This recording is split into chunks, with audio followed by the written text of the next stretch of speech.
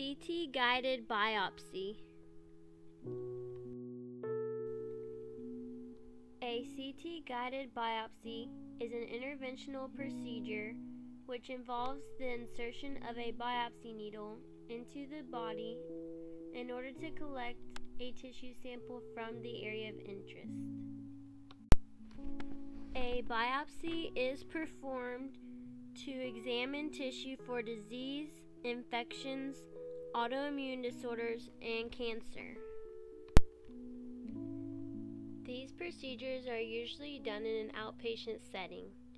The patient prep all depends on what type of biopsy the patient is going to be receiving, but for most cases, the patient should be NPO for at least 8 hours, should stop taking aspirin or blood thinners for a specific period of time before the biopsy, and should aware the physician of any allergies, especially to anesthesia. The equipment needed will be a biopsy tray, including a fenestrated drape, gauze, a bandage, a ruler, syringes, needles, a scapula, betadine, and an ampule of 1% lidocaine. There should also be specimen containers and a biopsy needle, as well as some sterile gloves. The patient will first need to change into a gown. The patient will then lie on the table, either in a prone position, a supine position, or a lateral position, depending on what biopsy is being performed.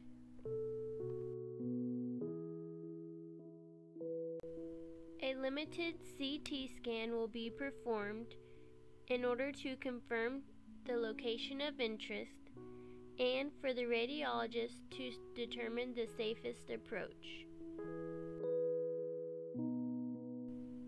After looking at the scout image, the radiologist will then place a lead BB onto the area where he would like to insert the biopsy needle.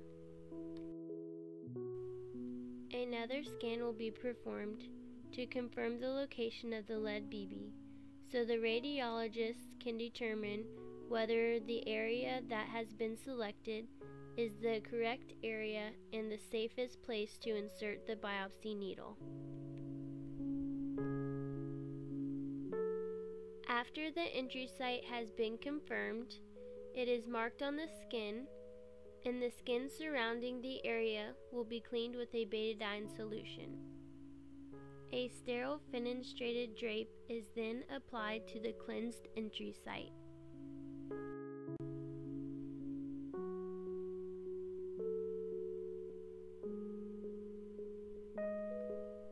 The radiologist will then inject a local anesthetic, which is usually a 1% lidocaine. The radiologist will then make a small incision with a scalpel at the site where the needle is to be inserted. A spinal needle is then inserted and the patient is scanned to confirm the correct placement of where the biopsy sample will be taken from.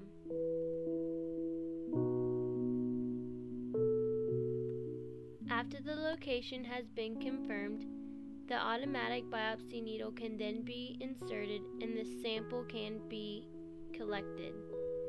After the sample is collected, the needle can be removed and the sample needs to go into the specimen container.